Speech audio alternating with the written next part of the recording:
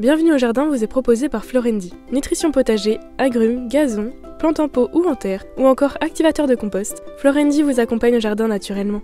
Ayez la main verte avec Florendi.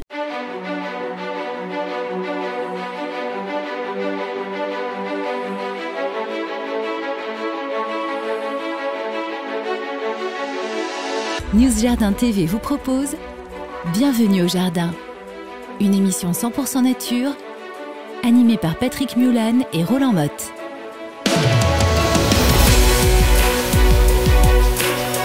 Bonjour à tous. Nous sommes ravis une nouvelle fois de vous retrouver. Oui, nous sommes les jardiniers les plus costauds de la Terre. Au monde. Tout à fait. Non, mais en tous les cas, grâce à vous, on a une pêche d'enfer et j'espère qu'on contribue aussi à vous aider à la fois dans votre jardin, mais aussi à passer un bon moment avec nous. Quand je dis nous, eh bien c'est parce qu'en face de moi, j'ai Roland Motte. Bonjour mon cher Patrick, bonjour à tous. Roland Motte, le jardinier de Vittel, celui qui vous amuse à la fois, parce que je sais que vous aimez son humour, et aussi qui vous donne des bons conseils, puisque tous les jours, il est dans son jardin, à Vittel. Et Vittel, c'est pas si facile que ça, quand même. Comme non, il fait moins 60 l'hiver, il fait plus 32 l'été, c'est très compliqué. Voilà. Alors, c'est pas tout à fait le pôle Nord, comme je dis souvent, mais un petit peu. Nous sommes le 148e jour de l'année, il nous reste combien ? 217 jours avant le nouvel an. Alors, j'ai vu que tu avais bien regardé ce qu'il y avait sur ma note, c'est très très bien. 7e jour du signe astrologique des Gémeaux, et oui, ça avance. 9e jour du mois de prairial, la prairie qui a fleuri peut-être un petit peu dans notre calendrier républicain français. On vous raconte ça, on s'en fiche en fait globalement, mais parce qu'il y a toujours une plante qui est associée, et aujourd'hui c'est le jour... Le serpolet, peut-être la plus belle plante du monde. Oh, moi je l'adore. Elle m'a marqué parce que quand j'étais gamin, on se promenait sur les plateaux du Jura, dans le Haut-Doubs, et on trouvait toujours des taches de serpolet. Pourtant il fait pas chaud là-haut, et il y avait du serpolet. Il n'y a pas de problème au niveau de la rusticité sur le serpolet qui est un thym, c'est Thymus serpyllum. Serpyllum, ça veut dire que ça s'étale, hein. C'est tout petit, tout de rien du tout, mais ça fait un beau tapis. Alors il y a plein de noms, plein de noms communs. Oui, ça c'est impressionnant. Bon, thym sauvage, ça va. Thym bâtard, ça c'est pas très reluisant. Thym rouge, pourquoi pas, c'est vrai. La fleur, elle est pas loin du rouge. Parfois. Et puis la feuille, quelquefois, un petit peu qui rougit. Alors ça, c'est quand elle a eu un peu froid. Oui, c'est pour ça que je la voyais là-bas. Le serpoule, le piloté, le piolet, le poleur, le petit pouillot, ça c'est joli comme l'amande pouillot, tiens. Le pougeux bâtard. T'as oublié le pouilleux. Ça serait dommage. Le pougeux de bique, le bouquet, le fringlette, et puis... la fringlette, je pense. La fringlette, oui, t'as raison, de TE. Et puis le meilleur, c'est le sentilbon. Bah oui, en fait, il sent pas mauvais. Et d'ailleurs, c'est, comme je vous disais, un thym avec, sans aucun doute, un arôme plus subtil que le thym commun. Oui, si on marche dessus, par hasard, parce qu'il est tapissant, eh bien on sent tout de suite le parfum qui monte. Oui, alors c'est pas fait trop pour marcher. Ouais. Vous pouvez l'utiliser au jardin comme plante couvre-sol. Moi, je vous le conseillerais, par exemple, entre les dallages. Ça peut être très joli parce que la floraison est vraiment sympa et elle est importante. On voit vraiment une sorte de tapis rose rougeâtre un petit peu au printemps. C'est une plante européenne, il n'y a pas de problème, qui vient plutôt dans les dunes, qui pousse vraiment en montagne, d'ailleurs, donc d'où la rusticité, avec un sol qui doit être quand même très très drainant, hein. N'oublions pas, le thym, de base, c'est quand même une plante de sol sec. Oui, et sol même caillouteux, puisqu'on le trouvait dans les creux de cailloux, là, dans le haut. Il n'y a pas de terre, quoi, pratiquement pas de terre. Plante vivace, donc elle revient tous les ans, ligneuse, c'est-à-dire qu'on va appeler ça un sous-arbrisseau, parce que les tiges, elles sont dures comme du bois, et qui va maximum faire 20 cm. Est-ce que tu le tonds, toi, d'ailleurs ? Non, on en a mis un petit peu dans le jardin, mais c'est vraiment pour faire joli. Donc le tondre, ça serait presque dommage. En plus, c'est une plante mellifère. Mais je pense qu'on peut le faire après la floraison. Quand on veut vraiment un tapis, quand je disais entre les dalles, par exemple. Le tondre, pourquoi ? Parce que ça va lui permettre de taler exactement comme du gazon. Taler, ça veut dire quoi ? Ça veut dire pousser en largeur. Et là, on va augmenter cet effet de tapis qui est vraiment très intéressant. Donc la floraison, c'est des petites clochettes blanche, rose, rouge, ça dépend des variétés. Et c'est une plante aussi que vous pouvez cultiver en pot. T'as déjà essayé, non ? Non, jamais. T'as pas osé ? Jamais osé parce que par réflexe, hein, du bon sens, en me disant il y a beaucoup de terre, est-ce que ça sera assez drainant ? Donc peut-être avec une terre caillouteuse ou en rajoutant des billes d'argile. Voilà, ça de billes d'argile, c'est-à-dire à peu près 5 cm, pour ceux qui font que de nous écouter et qui ne regardent pas la vidéo, 5 cm de billes d'argile ou de pouzzolane, de façon à avoir effectivement un élément drainant. Et puis alors là, bien sûr, on évite le terreau pur. on va mélanger avec au moins moitié de sable pas trop fin. Quand vous utilisez du sable dans un mélange, dans un pot, on ne prend pas du sable hyper fin parce qu'il va s'agglutiner. Il faut que ça soit quand même assez caillouteux, granuleux. Il y a plein de variétés aussi, enfin de cultivars. Il y en a un blanc. Oui, j'ai vu ça, le albus, c'est oui. ça. Le mot alba ou albus, ça veut toujours dire blanc. C'est facile à se rappeler. Purple Beauty, on comprend ce que ça veut dire. Fleur pourpre, très jolie. Elfine, il est très très compact. Alors lui, ce qui est joli, c'est que la feuille, elle est toute petite, très serrée. On dirait de la mousse quand il fleurit pas. Pour mettre entre les dallages, comme je disais, c'est absolument mignon. Un pour les endroits très secs. Lanuginosus. Ça veut dire quoi? Qu'il a la nu... Non. non. C'est laineux. Ça veut dire qu'il a les feuilles laineuses. Et quand une plante a des feuilles laineuses, ça indique une volonté de sécheresse. Donc il faut vraiment le mettre dans ce genre d'endroit. Donc c'est une plante qui aussi attire certains papillons, comme la zygène pourpre, le pitécie du thym, je vous le montrerai sur la vidéo, et l'azuré du serpolet. Vous voyez, l'azuré du serpolet, le pitécie du thym, papillons qui sont inféodés à ce type de plante. On peut le semer au printemps, c'est assez facile, on le repique en godet, ou alors, n'oubliez pas, ça se marcotte naturellement, puisque ça s'étale très très bien. On peut donc en recouper des petits bouts et puis aller les replanter ailleurs.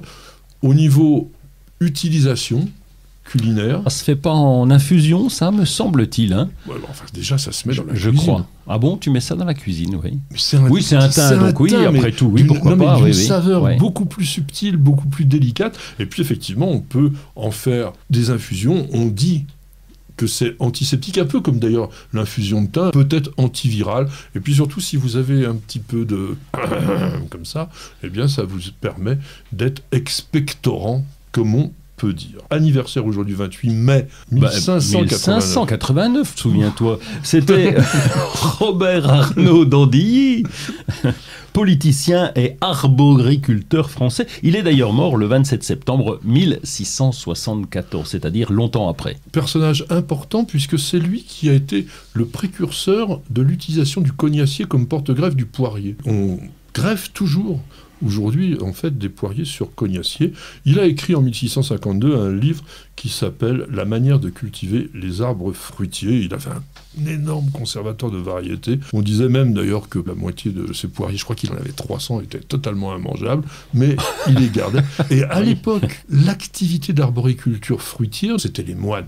Mais là, comme c'était consommable, et surtout la poire était considérée comme un fruit un petit peu aristocratique, eh bien le fait que cet aristocrate se mette au jardin, eh bien c'était quand même plutôt pas mal vu. 28 mai, en fait, Saint-Germain, qui était un évêque parisien qui est décédé il y a bien longtemps, puisque c'était en l'an 576. Il y a aussi Sainte Margaret, qui était une martyre en Angleterre, décédée en 1541. Alors, on a un petit dicton, juste pour se faire plaisir. J'en ai même deux, moi, si tu veux. Tiens, comme ça en option, quoi. Le soleil de Saint-Germain nous promet du bon vin. Ça c'est pas toi qui l'as fait, c'est un vrai, ça. Je le tiens de mes arrière-grands-parents. Mais alors, attendez, mesdames, messieurs, accrochez-vous parce qu'il va vous sortir le dicton à la Roland. Eh bien oui, à la Saint-Germain, si t'arroses pas, ça craint. Surtout les plantes en pot, je rajouterais, mais quand même. À la Saint-Germain ne plante plus d'arbres jusqu'à la Saint-Firmin, qui est le 11 octobre. Ça, c'était dans le temps, quand on plantait uniquement des végétaux à racines nues. Aujourd'hui, vous pouvez aller en pépinière ou en jardinerie, acheter des plantes en conteneur. Il n'y a aucun problème, on peut planter quasiment toute l'année. Et tant que mai n'est pas au 28, l'hiver n'est pas tout à fait cuit.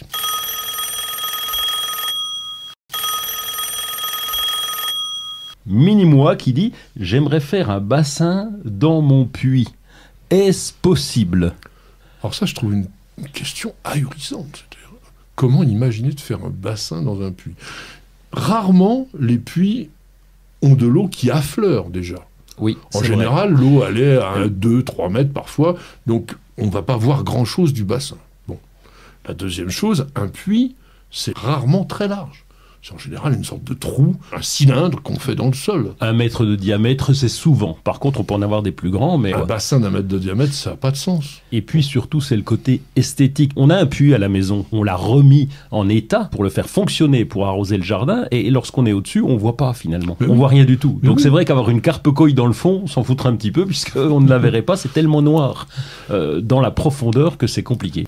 Un puits peut être un élément décoratif dans un jardin avec la structure. Par exemple, si vous avez fait un beau tour du puits avec des pierres, vous pouvez mettre des plantes autour. Souvent, on mettait un arceau au-dessus du puits avec le seau. Bon, on ne le fait plus aujourd'hui, on a une pompe, mais on peut habiller ça, par exemple, avec une clématite, ça peut être très sympa. Mais de là à en faire un bassin, je vois pas. La tendance aujourd'hui, c'est quand même d'utiliser son puits. On a tellement de restrictions d'eau que lorsqu'on a la chance d'avoir un puits, c'est plutôt de le remettre en eau, de le remettre en état, d'activer une pompe et puis de pouvoir arroser le jardin avec. Voilà, je pense que c'est à peu près tout ce qu'on peut vous dire. En tous les cas, un puits, c'est un puits, un bassin, c'est tout à fait autre chose.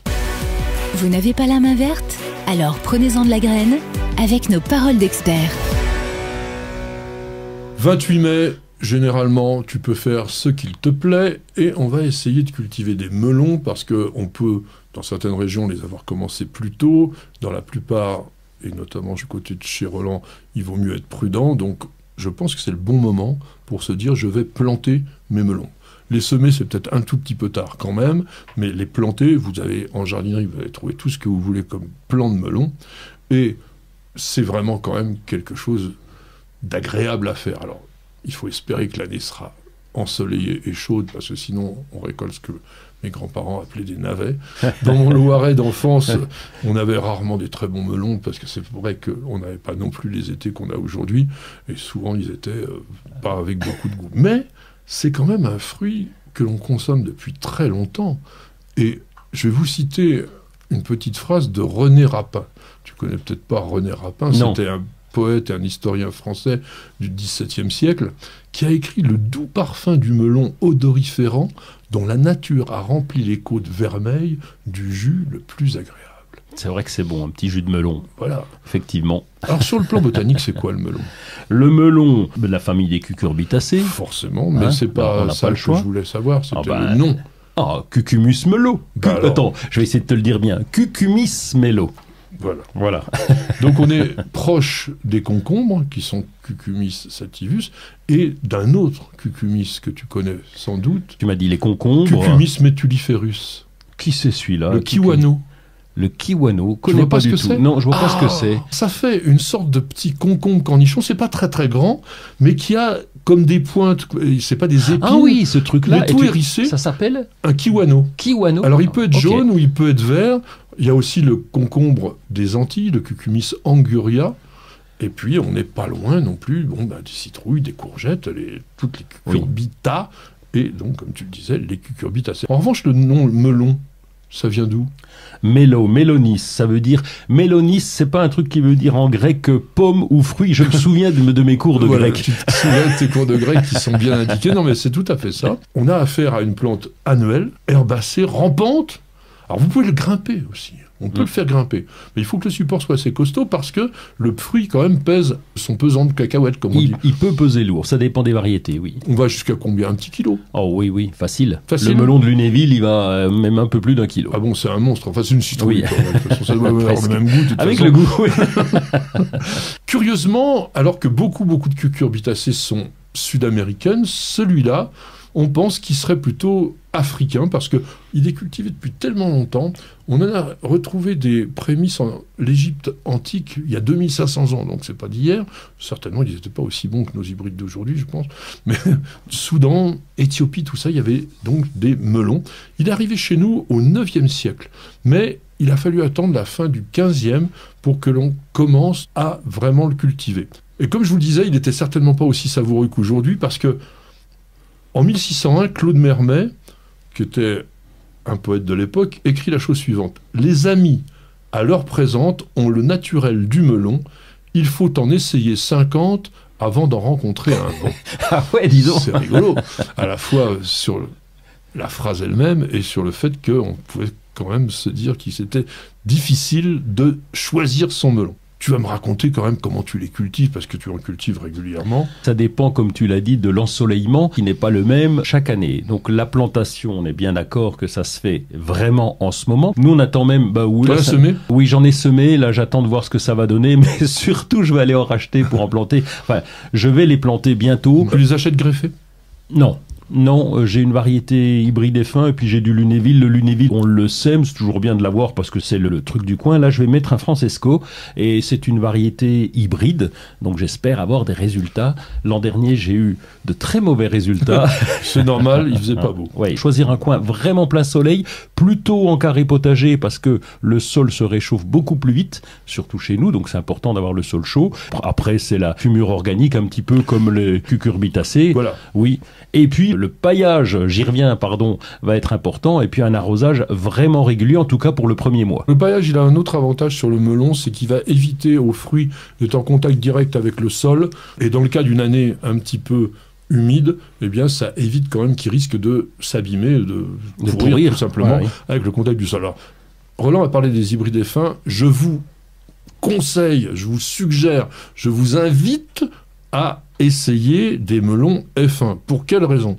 C'est qu'il y a eu une sélection ces dernières années qui porte essentiellement sur la qualité gustative. La résistance aux maladies, effectivement, mais aussi la qualité gustative. Il y a des melons qui ont véritablement une teneur en sucre garantie et vous avez l'assurance d'avoir des fruits de qualité s'ils arrivent effectivement à maturité par rapport à la saison. Beaucoup de ces melons sont vendus greffés. L'avantage du greffé, c'est qu'il va s'adapter mieux quand même à un climat moyen et il va avoir plus de vigueur.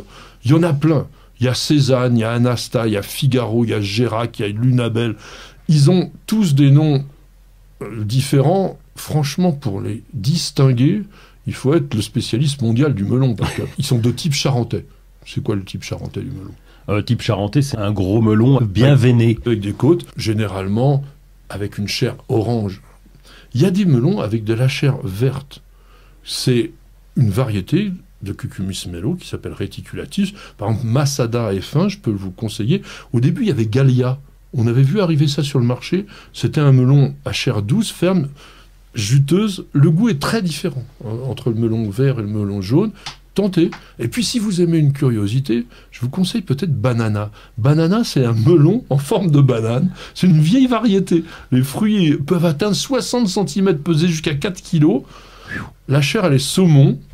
La saveur rappelle un peu celle d'une banane quand elle est bien mûre, à condition, effectivement, qu'il y ait eu, encore une fois, ce soleil. Je rappelle, plein soleil, sol très riche, paillage, comme a dit Roland, et puis, lancez-vous, essayez. Peut-être un petit tunnel dans les régions où il n'y aurait peut-être pas de soleil. L'effet de serre peut être tout à fait efficace. Bienvenue au jardin. Patrick Mulan, Roland Motte. Il y a forcément des actualités dans cette époque de l'année. On a passé le coup de feu. Alors attention, demain, c'est la fête des mères. Ah oui. Alors généralement, au moment de la fête des mères, on dit, tiens, c'est un peu la fin de saison. Non, non, non. Le jardin, c'est toute l'année. D'ailleurs, on sera encore là la semaine prochaine et autres. Mais beaucoup de jardineries disent, à partir de la fête des mères, on estime que la saison est faite. Oui, c'est plus grave que ça, c'est que le lendemain de la fête des mères, tout le monde prend ses jours de congé. Quand on est en jardinerie, on a été sur le pont de mars à mai, et donc là, il y a plein de journées à reprendre. Donc là, du coup, on se retrouve avec un tout petit peu moins de monde et un peu moins de stock. Ben moi, je pense qu'il y a quand même des belles journées à faire. Conserver dans les jardineries votre stock, on va y aller. Là, je pense que le stock, il a déjà été un peu terminé. On va nous parler d'une nouvelle, mais vraiment magnifique Hosta. Hosta Siberian Tiger, pardon. Tiger. Bon, je vais le dire. Tigre de Sibérie. Ok, l'Hosta Sibérien Tiger. Donc, je dis ça pour nos amis français, évitez-le en particulier. Et le tout premier Hosta à feuillage rayé. Alors, comme tu l'as dit, il est en exclusivité chez Promesse de Fleurs. C'est issu de la mythique sélection japonaise, les Hosta Mito no Hana. Alors, il est extrêmement rustique. Il est petit, il a des fleurs blanches en été, et puis il est vraiment accessible à tous les jardins, bien sûr comme un Hosta, plutôt à l'ombre et la mi-ombre. Ce qui est beau, c'est vraiment les rayures dorées sur un feuillage vert intense. J'espère que c'est pas les épinards à limace, parce qu'il y a des Hostas qui ont les feuilles plus ou moins épaisses, et donc plus ou moins appétantes, mais en tous les cas, celui-là, il est d'une beauté. Mon petit conseil, vous l'achetez, vous le mettez dans un pot, puis après, vous serez peut-être un tout petit peu plus tranquille. Alors moi, je vais vous présenter un produit qu'on connaît peut-être sur le fond.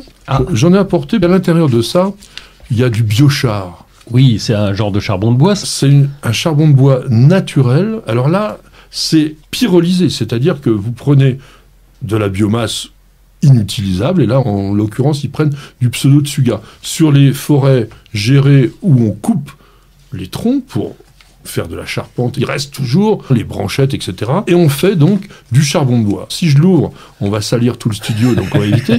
Mais là, vous avez une dosette pour 1 litre de terreau. On va donc mélanger l'ensemble de cette petite boîte-là pour 10 litres de terreau. Ça vous fait un amendement organique qui est réputé depuis très très longtemps. Parce que si vous avez entendu ce mot terra preta, c'était de la terre qui a été découverte en Amazonie, dans des zones qui étaient totalement incultes, mais qui, depuis des civilisations précolombiennes depuis très longtemps, avaient réussi, grâce à ces feux qu'ils faisaient, et donc ils enterraient le charbon de bois naturel, et ils obtenaient de la fertilisation. C'est vraiment intéressant, parce que on va l'utiliser avec un impact environnemental inverse à celui du charbon de bois. Alors, possible en plante d'intérieur également ? Bien sûr, parce que ça, on peut le mettre dans un pot. On peut le mettre aussi en surface, simplement, et on va gratouiller. Ça améliore très très nettement quand même la disponibilité au niveau des nutriments et des sels minéraux. Donc ça favorise tout simplement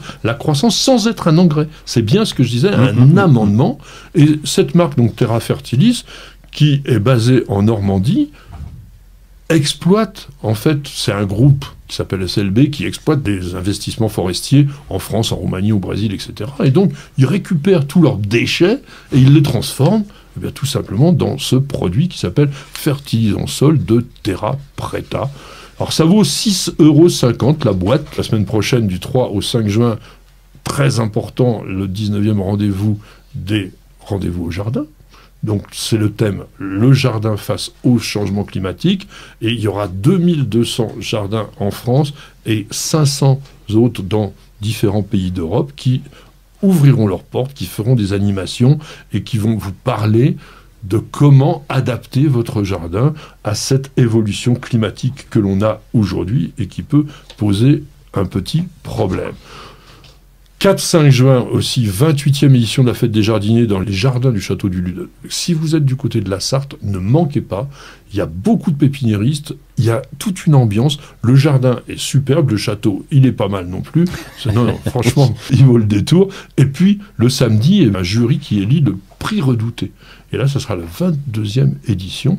Même week-end, on aura aussi à Bayatel pour les Parisiens, le fameux jardin de Bayatel, la roseraie sera au top et ça sera vraiment le week-end de la rose à Bayatel. T'as un petit coup de cœur à nous raconter ? Oui, c'est pas un coup de cœur, c'est un coup de réflexion, parce que c'est pas du cœur vraiment. Je suis tombé sur Landestini, une organisation à but non lucratif créée en 2019, jusque-là pas de lézard. Donc, alors, tu sais qui est-ce qui l'a créé ? Fanny Agostini. Et tu sais qui est Fanny Agostini ? La fille du cycliste ? Non. C'est une ancienne Miss Météo.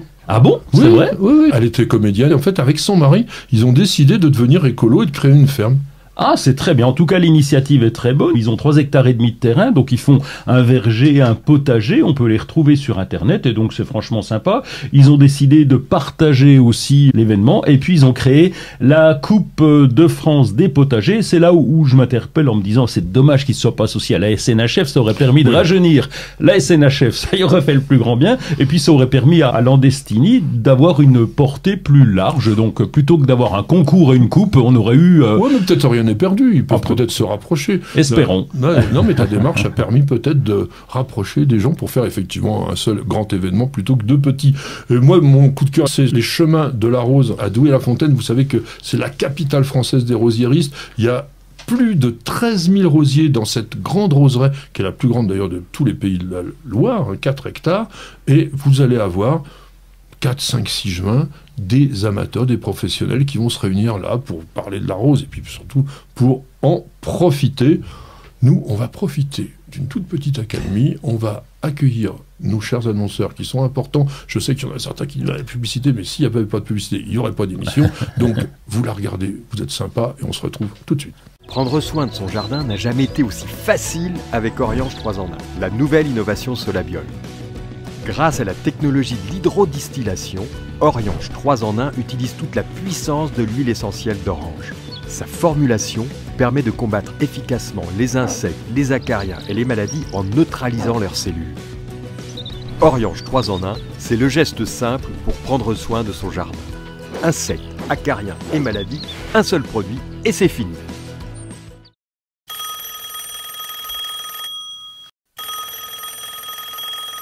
Dring dring.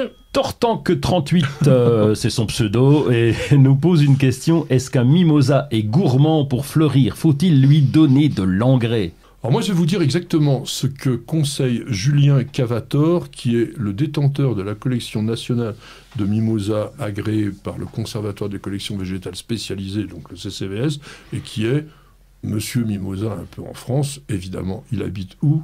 Eh ben, à Borne-les-Mimosas. À Borne-les-Mimosas, évidemment. Il dit, de juin à septembre, pour les mimosas en pot, vous pouvez enrichir le substrat avec de l'engrais type plantes vertes et fleuries, du sang séché ou de la corne broyée, en respectant la dose préconisée sur l'emballage du produit.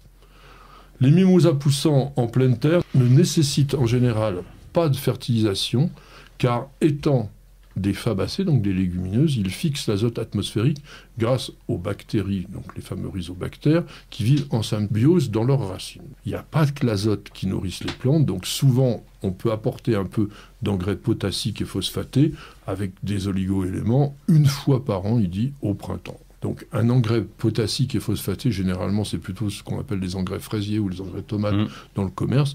Moi j'ai pas d'autre chose à dire que la voix de ce spécialiste. Toi, t'en cultives pas vraiment, toi. Non, et puis nous, si on les a, c'est en pot. Une plante en pot a besoin d'engrais, quoi qu'il arrive. Donc, voilà, exactement comme ça a été dit maintenant.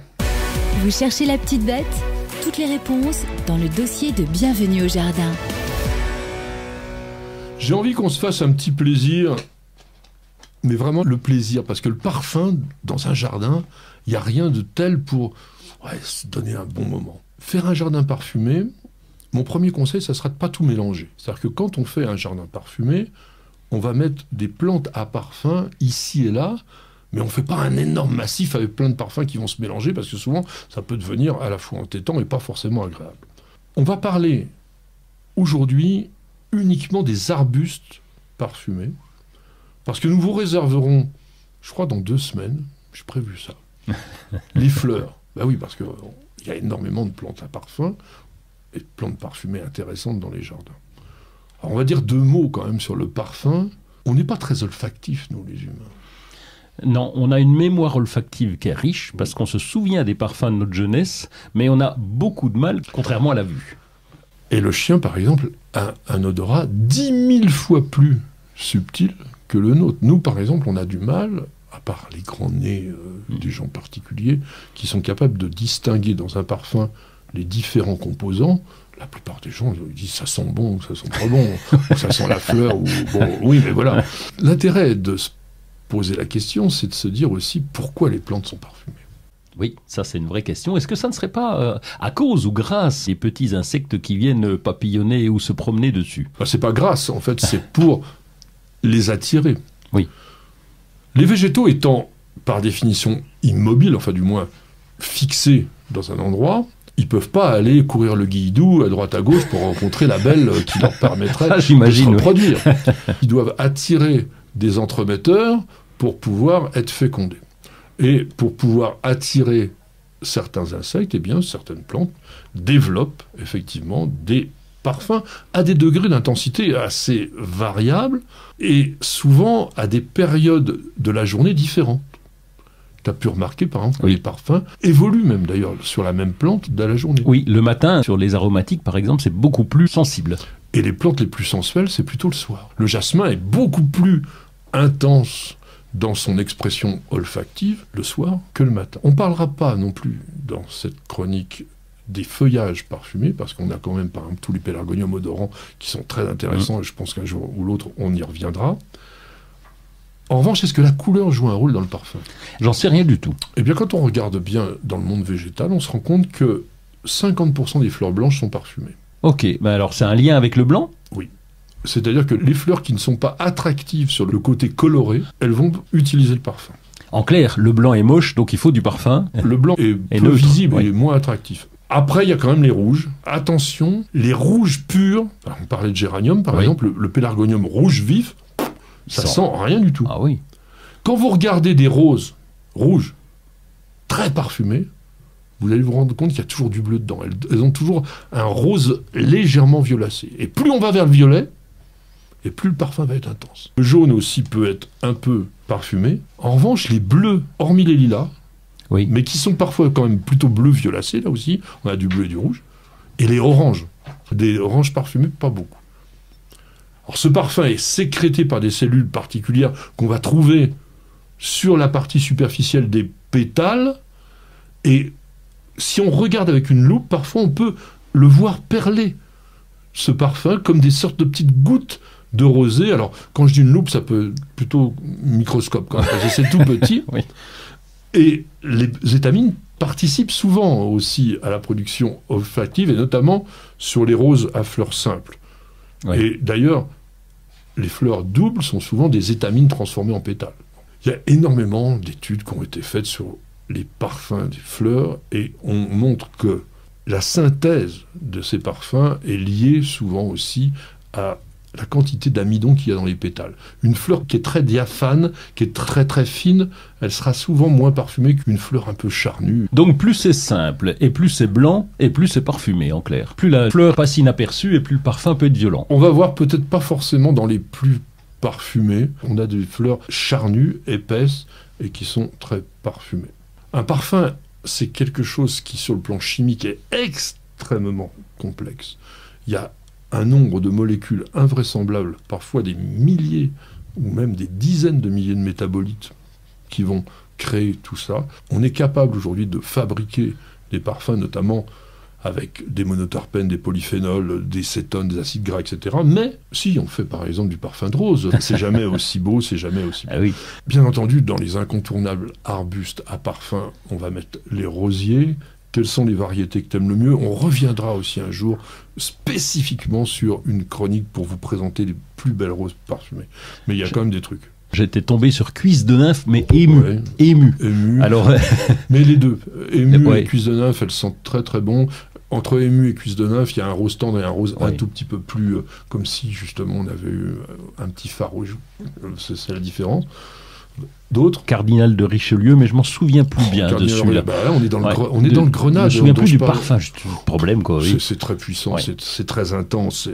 Bon, il y a des plantes qui ont déjà dans leur nom nuage parfumé, Oui. il y a parfum de l'ail. Alors ça, c'est nuage parfumé, c'est une variété moderne, mais parfum de l'ail, c'est des anciens. Dans les anciens, les Yolande d'Aragon, Président de 16, sont vraiment des très très très belles variétés puissamment odorantes. Les créations de Monsieur David Austin, donc les rosiers anglais, généralement sont très parfumés. Moi, j'ai bien aimé chez lui Graham Thomas, qui est un jaune d'ailleurs. C'est assez rare d'avoir un parfum dans ces variétés jaunes. On a Bolchoï chez Meillan, qui est un orange. Ah tiens, on dit orange, il n'y en a pas beaucoup, Oui. mais Bolchoï qui est orange chamois. Super parfum, Grand Siècle, Jardin de Bagatelle. Papa Meillan, ça j'ai oublié. Ouais. Alors, je voulais pas en parler de Papa Meillan parce que c'est vrai qu'on le vend encore énormément dans les pépinières. Là, vous avez intérêt à avoir le pulvérisateur à côté. Hein. Bah, C'est quand même bon. extrêmement fragile. Un rouge très foncé, Papa Meillan. Et plus on est dans ces couleurs-là, plus généralement le Marsonia, il est dans son univers. Il y a des incontournables. Ah, le Seringa. Le Seringa. Alors lui, il sent à 2 km, lui. Hein. Philadelphus, Oui. donc au printemps, on l'appelait le jasmin des poètes, très très bel Ouais. arbuste, qui nécessite d'être taillé, sinon en vieillissant il est moche, parce qu'il va Oui. perdre vraiment sa densité. Donc n'hésitez pas à le tailler correctement, sérieusement, après la floraison. Le lilas, évidemment, mais tu en as parlé, on va passer. On avait déjà fait une chronique spécifique Oui. sur les lilas, mais c'est vrai que le parfum est vraiment puissant, profond, chaleureux, agréable.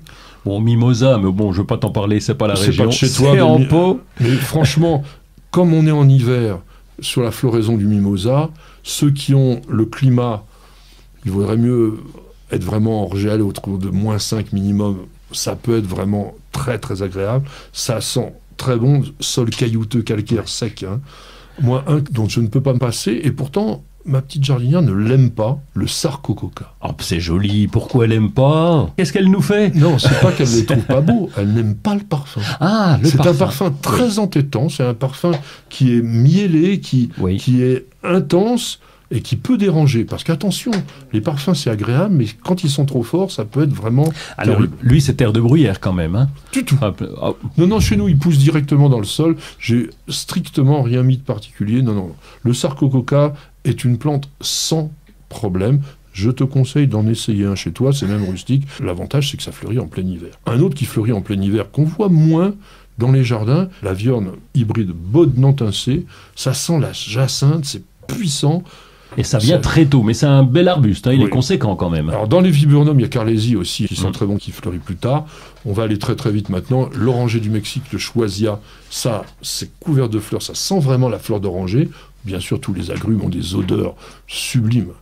Tous les orangers, les citronniers. Wow. Je peux terminer. Daphné odora. Bien sûr, c'est à tomber par terre. Alors ça, obligatoire dans tous les jardins. Avec une difficulté, c'est que souvent ça crève tout seul. On ne sait pas pourquoi. Ça dure pas longtemps, mais pourquoi pas. Bon, après jasmin, chèvrefeuille, glycine. Voilà, tous ces parfums-là, ne vous en privez pas. Mettez des plantes parfumées dans les jardins, c'est génial.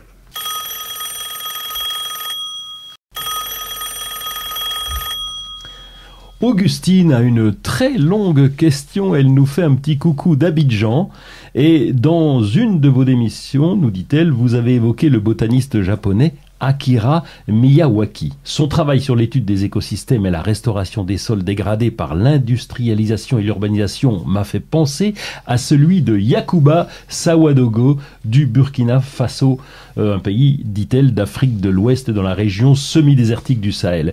Il a stoppé l'avancée du désert et reconstitué une forêt naturelle de plusieurs hectares par l'adoption et l'amélioration d'une méthode ancestrale de culture. Il a reçu à cet effet à Stockholm le prix Nobel alternatif pour son combat contre l'avancée du désert. Il vit toujours et continue de travailler. Pourriez-vous, s'il vous plaît, mon cher Patrick, en parler si cela ne vous dérange pas? Elle en a déjà pas mal parlé. Alors nous, Akira Miyawaki, on en avait parlé dans notre émission 40. Si ça vous intéresse, vous pouvez aller la voir. Bien sûr, elle est toujours sur la chaîne. Ce monsieur du Burkina Faso est né en 1946, et donc il a déjà un petit âge, et dans une région semi-désertique qu'on appelle le Sahel. Et on pensait, au début des années 80, que c'est une zone dans laquelle on ne pourrait plus vivre d'outo. La sécheresse décimait tous les troupeaux, en fait, les gens partaient en exil. Et Yacouba, lui, il a réinventé en fait une méthode ancestrale qui s'appelle le zaï, dans sa famille qu'on appelait les faiseurs de pluie. Le zaï, c'est quoi? Eh bien, en fait, on cultive les plantes en poquet de manière à concentrer l'eau ainsi que la fumure. On mélange aussi tout ce qu'on peut avoir avec le bétail dans des micro-bassins, c'est-à-dire qu'on fait des trous de 30-40 cm de diamètre, 10-15 cm de profondeur, qu'on creuse avec une pioche à manche court qu'on appelle le daba, et en fait ils en font en quinconce tous les 80 cm.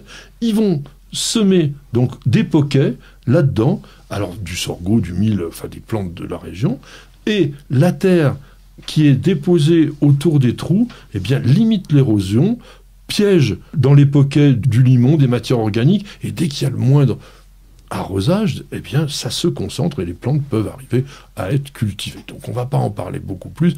C'était intéressant et surtout, je salue quand même Augustine ainsi que tous nos auditeurs et lecteurs de l'étranger parce que vous êtes de plus en plus nombreux. Il y en a en Afrique noire, il y en a au Sahel, il y en a dans le Moyen-Orient, il y en a dans le Maghreb, puis la Belgique, la Suisse, évidemment. Alors maintenant qu'on a fait un petit tour, on s'est baladé tranquillement, on se repose, on boit un café, on revient tout de suite après une page de publicité.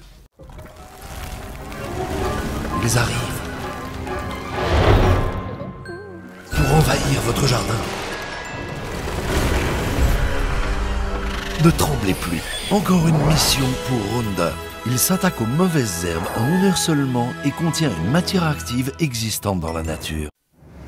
Bienvenue au jardin. Patrick Mulan, Roland Motte.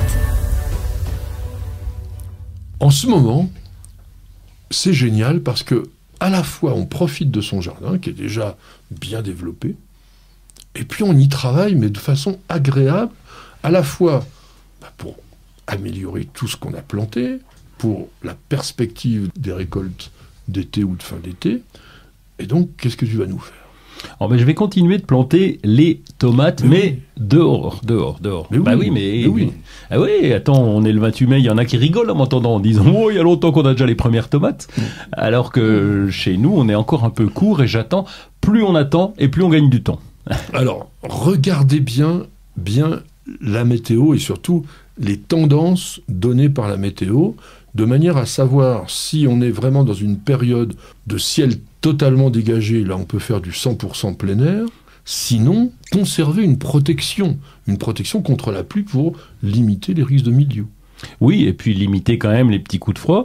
J'ai souvenir, en 2003, l'année de la sécheresse, d'avoir planté un petit peu tôt et tout a gelé aux environs du 20 mai. Donc depuis, je suis marqué et donc j'attends le dernier moment pour planter à l'extérieur. Enfin, c'est même après les seins de glace. Les seins de glace qui généralement n'existent pas. Vous voyez, il y a des gens qui disent on est dans le réchauffement climatique, sauf chez Roland. Ouais, c'est pas tout à fait ça. Mais bon, conseil pour la plantation des tomates. Conseil en extérieur. Moi, j'ajoute toujours un peu de terreau à la terre de plantation, systématiquement. Je plante plutôt en biais, c'est-à-dire que je vais incliner le plant de tomate. Je ne le plante pas droit.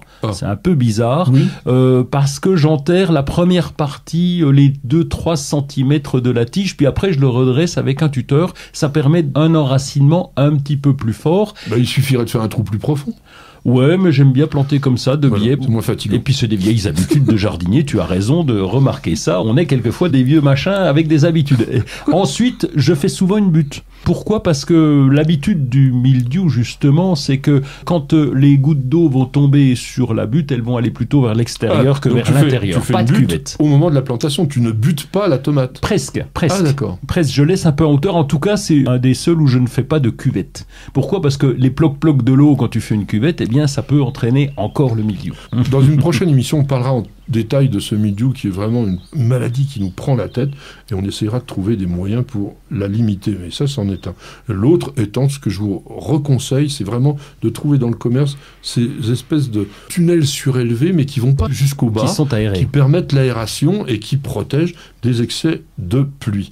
Désherbage, évidemment. Oui, alors là, c'est devenu indispensable. J'avais une question l'autre jour, un copain qui me disait « J'ai du liseron partout ». Alors, du liseron, on en a, mais quand on fait son potager et qu'on sarcle régulièrement, normalement, il n'est pas si violent que ça. Faut sarcler. Il faut sarcler régulièrement, sinon, ça marche pas. Il a dit le bon mot. Régulièrement. Oui, régulièrement. C'est-à-dire que dès que le liseron sort de terre, quick, on le coupe et à ce moment-là, effectivement, il s'épuise complètement. Mais si vous le laissez se développer, le liseron peut faire des racines jusqu'à 2 mètres de profondeur. Oui. Donc il peut revenir très régulièrement quand même. Oui, le sarclage d'ailleurs, ça fait partie de ce qu'on fait au quotidien. On fait l'arrosage au quotidien dans les plantes en pot lorsqu'il fait chaud, mais le sarclage, lorsqu'on a un sol nu, eh bien ça fait partie du jeu. Alors pour les régions où il ne pleut pas beaucoup, on n'oublie pas les oiseaux, on leur met un petit peu d'eau, on en a déjà parlé régulièrement. Et les abeilles. Et les abeilles, c'est vrai, mais ça aussi, c'est vraiment dans les gènes de Monsieur Roland. On aère évidemment la serre, la véranda, tous les endroits qui sont sous abri parce qu'il peut y avoir une concentration d'humidité dès qu'il y a un petit peu de chaleur. Tu me le confirmeras, mais le pollen des fleurs de tomates sèche environ à 30-34 degrés. Ah oui, tout à fait. Et donc là, on peut avoir des belles fleurs et pas avoir de tomates. Pas avoir de fécondation, c'est embêtant. On parle de fleurs, évidemment que c'est la grande et belle période pour décorer balcon, terrasse, évidemment jardin, avec des plantations nouvelles. Qu'est-ce que tu mets, toi ? Il y a des beaux restes en jardinerie. Je vais aller traîner cette semaine parce qu'ils ont quelquefois des pots qui commencent à arriver. Là, bon, les capucines, évidemment, les soucis, je t'en cause même plus. La bourrache, non plus. Mais j'essaie de trouver autre chose. Tout seul, non, mais... Oui, la capucine, oui, obligatoire. Qu'est-ce que je vais mettre encore ? Des œillets, parce que là, il y a des restes d'œillets en magasin qui sont sympas. Et moi, puis... j'aime bien mettre des verveines, surtout en suspension, les verveines hybrides, les Skyvola en suspension. Ah, tu parles de toutes les annuelles, oui, là, il y a encore du chaud. Oui, t'as raison. Oui. J'étais dans mon potager, moi, tu sais, en train de me dire qu'est-ce que je vais mettre des Skyvola là au milieu. Non, mais c'est bien. Dans cette émission, vous avez Monsieur Potager et vous avez Monsieur Plante d'ornement. Donc on arrive à avoir un truc à peu près complet. Toutes les plantes d'ornement, y compris des pétunias, c'est vraiment le moment de les mettre dehors et d'en profiter un max. Si c'est en pot, arrosage très régulier, fréquent même, et mon conseil, un petit bouchon d'engrais liquide dans un gros arrosoir, et on arrose toujours avec ça, et vous allez voir, ça va booster. Faites des suspensions aussi, ça peut être très sympa. Mais attention, les suspensions, généralement, le volume de terre est réduit, et il faut arroser plus souvent. On va couper les roses fanées à 3 ou 4 feuilles au-dessous de la fleur, ce qui va favoriser la remontée pour une nouvelle floraison. Dans le midi, attention à la mouche de l'olivier, à la mouche méditerranéenne des fruits. On peut mettre des pièges à phéromones et parfois il faut faire quand même un traitement. Ça peut être obligatoire dans certaines régions. À ce moment-là, vous demandez les produits qui sont autorisés. Il reste pour les jardiniers amateurs les pyrètres naturels. Attention aux pyrètres naturels. Ils ne sont pas du tout sélectifs. Donc quand il y a des abeilles à proximité, bon, sur les oliviers, ça y va pas trop quand même. Les abeilles ? Oui. Ah bah non. Donc oui. on peut quand même traiter. Si on peut limiter, c'est bien. On éclaircit actuellement les pommiers, les poiriers, les pêchers. Quand il y a une production trop importante, on va retirer une partie des fruits. On le fait uniquement lorsque l'arbre s'est déjà débarrassé lui-même d'un excédent. On appelle ça la chute physiologique. L'arbre, lui, ressent, entre guillemets, le besoin de se dire « Oh, j'arriverai pas à mettre tout ça à maturité, on va en éliminer un peu ». C'est rarement suffisant si vous voulez avoir une belle récolte. On verra, parce que quand même, ce printemps, il avait gelé un petit peu au moment de la floraison, notamment des pommiers. Donc, vous ne faites cet éclaircissage que si vous remarquez qu'il y a une abondance de production. On commence, parce que là, Roland ne fait que le début de la plantation des tomates. Ceux qui ont déjà planté depuis 1 mois environ, vous pouvez commencer les bourgeonnements. Vous avez des rameaux qui se développent de façon latérale, ils sont en trop. On va garder un pied principal sur les tomates à gros fruits. Un petit peu d'engrais pour bulbes sur les dahlias, les glaïeuls, ça fait pas de mal. Bon, je vous l'ai dit, fertiliser tout ce qui était en pot, notamment les géraniums. Ça aussi, les géraniums, si vous voulez beaucoup de floraison, il y a intérêt à pas arroser trop souvent, les laisser un tout petit peu sécher, mais leur donner à manger régulièrement. Et peut-être tu t'installes pas des affolants dans les cerisiers, toi ? Non, ça sert strictement à rien. J'avais fait ça bon une année, je m'étais embêté à mettre un grand cerisier, j'avais mis des vieux CD que je n'écoutais plus. Tu parles, ils rigolent, ils viennent à côté. C'est très joli, hein. Par contre, il y a de très jolis affolants. Pour décorer, simplement. Et puis planter aussi les nénuphars, c'est le moment, il y a encore plein de trucs. Et on reviendra la semaine prochaine.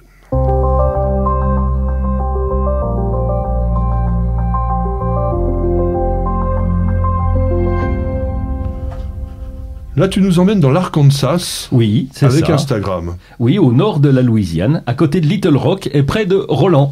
J'ai trouvé ça joli. On peut dire Roland, je pense. Et donc, c'est Palen Smith, 92 300 abonnés, 5987 publications, ça commence à faire du monde. Et je suis allé voir, je me suis renseigné un peu, mais je me suis repéré qu'il avait une belle ferme à la campagne, dans l'Arkansas, surplombe la rivière Arkansas. Et puis, il a vraiment un grand jardin et on peut aller dans sa ferme pour déjeuner, le rencontrer. Il a fait un livre avec des recettes saisonnières, etc. C'est lui qui fait le casse-croûte et on peut déguster sa célèbre, dit-il, tarte aux noix de pécan. Oui, Ah au pécan et au babeur. Je connaissais pas du tout le babeur, je suis allé voir la recette du coup. Ouais. Il a des poules de collection qui nous fait vivre tout son truc. C'est un peu commercial parce que il fait vivre sa ferme, il faut venir dans sa ferme et il nous invite le potager, il fait 4000 mètres carrés. Donc oui, donc ça commence à causer. Hein. Moi j'ai un livre que Roland va vous montrer qui est très très intéressant, qui s'appelle 50 idées fausses sur les insectes de monsieur Christophe Bouget, donc chez CAE, qui est un excellent éditeur, je vous l'ai déjà dit plein de fois, je vais y revenir. Il y a plein de choses sur les insectes qui sont quand même des animaux passionnants, mais qui ont mauvaise réputation. Donc il vous dit les choses comme il faut. Par exemple que il y a des insectes marins, il y a des insectes dans les neiges, les invasions d'insectes exotiques continuent à augmenter, que la biomasse des insectes a un petit peu arrêté de croître. On croyait que ça pouvait se développer à l'infini. Les insectes peuvent être meurtriers. Ça passe toujours sur une affirmation qui est fausse. Il dit par exemple, les antennes servent à écouter pour les insectes. Non, les antennes, c'est des éléments de perception, même gustatifs pour eux. Les insectes ne voient pas mal, par exemple. Les insectes dorment. Les insectes se soignent, les insectes se lavent, enfin, etc. Donc là-dedans, vous avez tout ça. C'est vraiment, vraiment très, très bien fait. À chaque fois, vous avez la question, il y en a 50, un petit texte à lire, des jolies photos, et donc vous pouvez vraiment vous mettre à mieux connaître ces insectes. Les livres qui sont à côté et qui sont très, très différents, bien particuliers. Les deux sont de la même collection. En fait, c'est parce que c'est une nouvelle collection chez Plume de Carotte qui s'appelle 12 sachets de graines. Parce que, ouvre-le, à l'intérieur, il y a vraiment 12 sachets de graines. Et c'est monsieur Serge Schall, qui est un bon camarade, un bon journaliste jardinier depuis pas mal d'années. Il a fait plein de bouquins intéressants. Et là, il a eu cette idée pour les enfants, d'avoir un petit potager, des sujets de base de jardinage, les grands principes. Même si vous êtes dans un tout petit jardin de rien du tout, vous avez les 12 sachets de graines avec les moyens de cultiver les plantes qui vous ont été offertes dans le livre. Il y a le thème sur la permaculture, on ne pouvait pas y échapper. Cette permaculture, il vous reprend les bases, etc. Et il vous donne des conseils. Et puis moi, j'aime bien les légumes insolites. Des carottes oranges, des radis différents, des betteraves qui ressemblent à autre chose, bon, voilà, etc. Donc c'est vraiment très, très sympa. Et puis c'est du jardinage vraiment tout simple.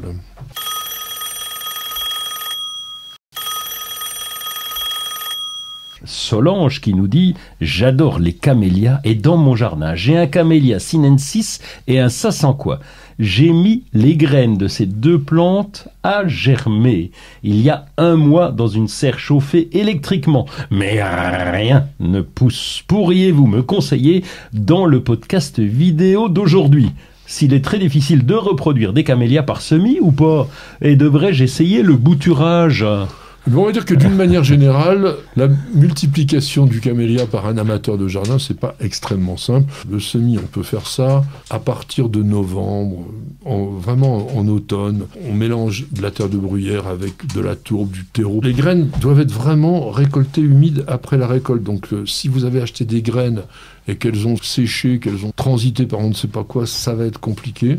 Et en fait, souvent, les plants issus de semis, dans les camélias, ça va servir soit pour faire des hybridations, parce que le semis en lui-même, il n'a pas vraiment d'intérêt, ou pour obtenir un porte-greffe. Mais ça, il va falloir cultiver pendant environ 4 ans. Vous allez avoir une petite plante, il faudra la greffer, c'est compliqué.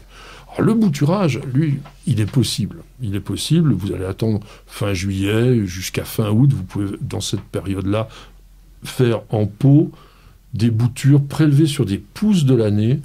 Elles doivent être petites. Il faut faire des boutures qui font à peu près 5 cm, c'est-à-dire juste avec une feuille. Et il faut trouver des hormones de bouturage. Alors, on commence à retrouver des produits naturels stimulant les racines. Par exemple, de l'eau de saule ou même des produits. Il faut mettre ça autour de 15-20 degrés. C'est compliqué. Alors, il y a aussi le bouturage d'œil. Là, vous prenez simplement un tout petit morceau d'écorce, un œil et une feuille, et vous allez planter ça dans une terrine de sable et de tourbe, complètement à l'étouffer. On peut y arriver, hein, parce que ça vous fait une petite bouture à talons. Franchement, le mieux, c'est de dépenser quelques euros chez un pépiniériste pour aller s'acheter un vrai plant de camélia. C'est clair. Patrick, Roland, racontez-moi une histoire de plante, de jardin ou de jardinier.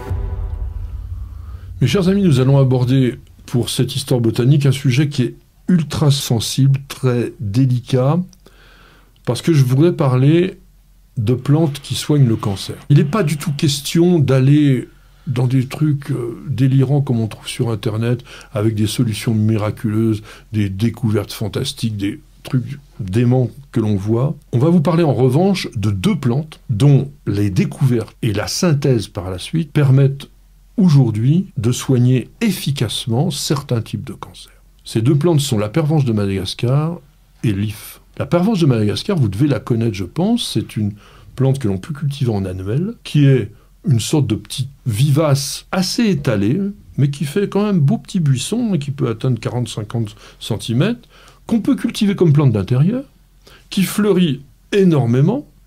On la cultive en annuel ou en intérieur parce que son nom de Madagascar est une plante frileuse qui vit dans les régions plutôt tropicales.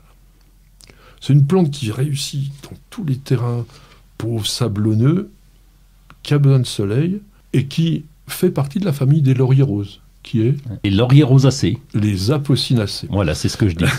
Et ces apocinacées, je ne vous dis pas ça pour simplement avoir l'air savant, c'est des plantes qui contiennent toutes des substances toxiques, et notamment, je viens de citer le laurier rose, lui, une plante éminemment toxique.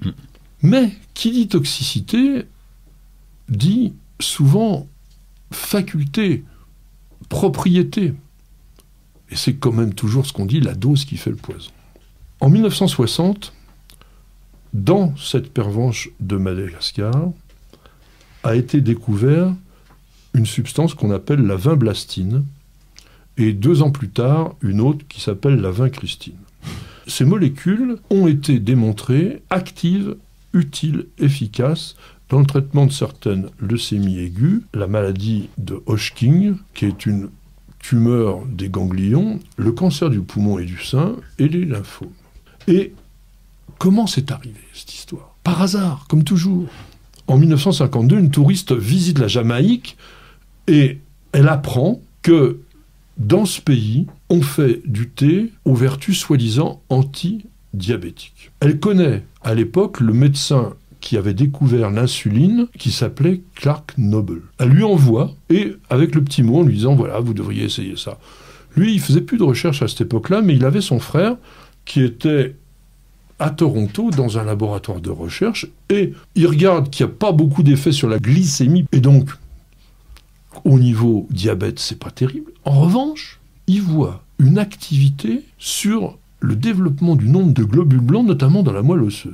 Et donc, il travaille avec toute son équipe et ils arrivent à isoler la vinblastine. Cet alcaloïde qui est dangereux, mais à bonne dose, eh bien, ils peuvent arriver à soigner.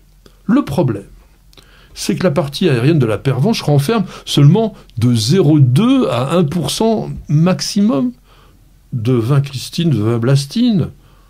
Et même la vincristine, elle, c'est 0,003, c'est-à-dire 3 grammes pour une tonne. Oh, dis donc.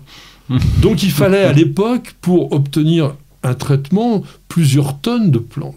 Et donc, fort heureusement, et là, cocorico, c'est une équipe de chimistes français du CNRS, de Gif-sur-Yvette, dirigée par un personnage qui va être important, parce que lui aussi il va jouer le rôle avec l'IF, Pierre Potier, qui a réussi à synthétiser la vinblastine et la vincristine.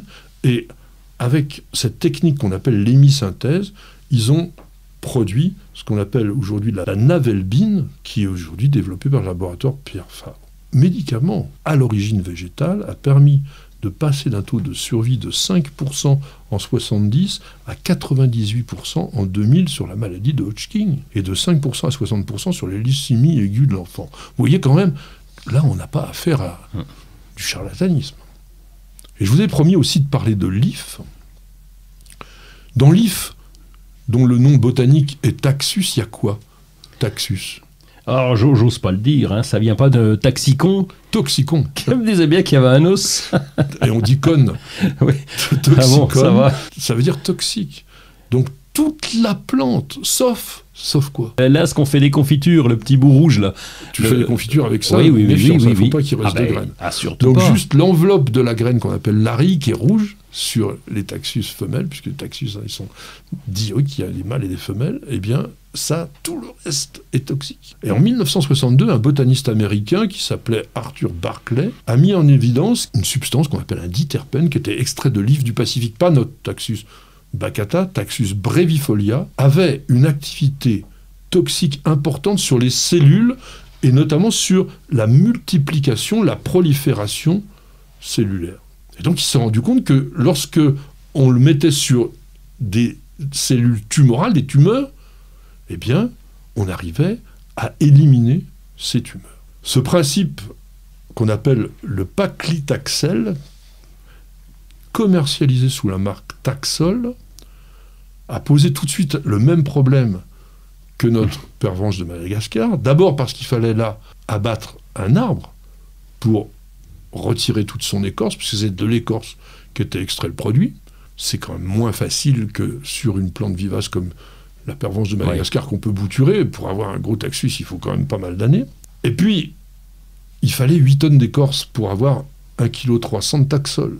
Donc il aurait fallu éliminer l'ensemble des forêts d'ifs d'Amérique pour pouvoir soigner les gens et pas pendant très longtemps. Et on retourne au CNRS de Gif-sur-Yvette. Toujours en Monsieur 1979, Monsieur Potier. Pierre de son prénom, qui, dans le parc de Gif-sur-Yvette, avait énormément d'ifs européens, Taxus baccata. Et il se dit, après tout, on va essayer, on va voir ce qu'on peut faire avec ça. Il ramasse les feuilles, il coupe, il broie, il extrait, et il reprend son système d'hémisynthèse qu'il avait utilisé pour le Catharanthus. Et là, il obtient une substance qui était pas très très active, le docétaxel, qui était franchement anticancéreux. Il l'appelle le Taxoter.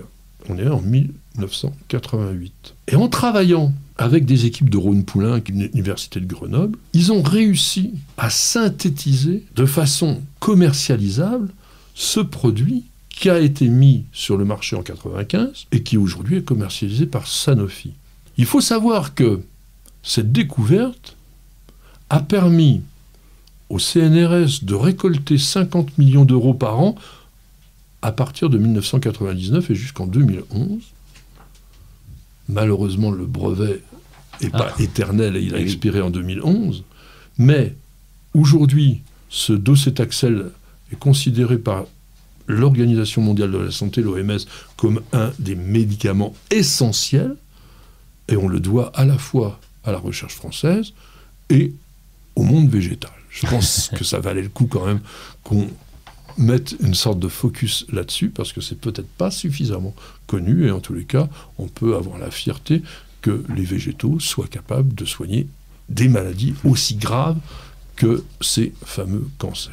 Et c'est sur cette note d'optimisme, même si effectivement on a évoqué des choses pas forcément très gaies, que l'on va terminer cette émission. Roland, merci beaucoup. Merci à toi, Patrick. Tu étais là, tu étais dynamique comme d'habitude. Vous le retrouvez sur France Bleu, sur tous les réseaux. Et puis alors tu publies là, en ce moment, on te voit toujours des petits trucs sympas. J'ai trouvé comment on faisait, donc pour programmer, il n'y a rien de changé. Ouais. On avait notre ami Stéphane, regardez-le là-bas derrière, là il nous fait un son absolument super. Miguel, alors là Miguel il est top. Il est coincé aujourd'hui, hein. Non, ça va. Il est bien. On a Nicole qui surveille, qui organise, qui est là vraiment. On a laissé la petite chienne de côté parce que elle profite du beau temps, elle profite du jardin, elle est mieux qu'enfermée dans un studio. En tous les cas, on était ravis d'être enfermés dans ce studio. On a passé un bon moment avec vous et j'espère que surtout vous aussi. On vous dit rendez-vous à la semaine prochaine et bienvenue au jardin.